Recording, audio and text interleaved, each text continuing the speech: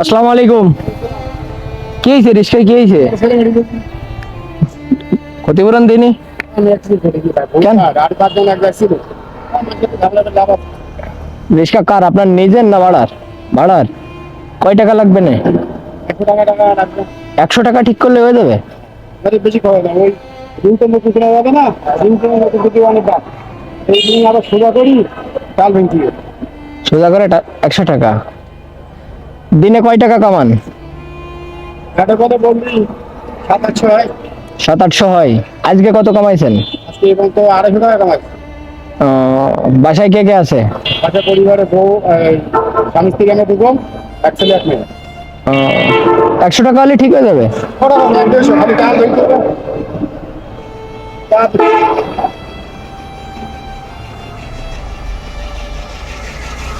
100 টাকা হচ্ছে হলো আপনার ভাড়া, মানে আপনি তো এই টাইমে ভাড়া মারতেন, আর 100 টাকাতে ঠিক করে নেন।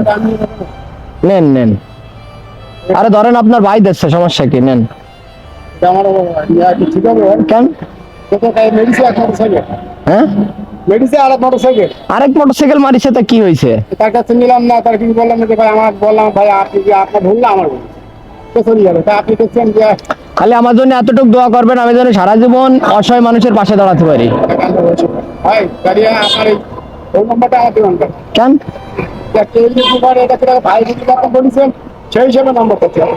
না থাক, আমি রোডেই থাকি, আর রোডে আপনার সাথে হয়তো বা কোনো এক সময় আমার দেখা হবে। ভালো আছে।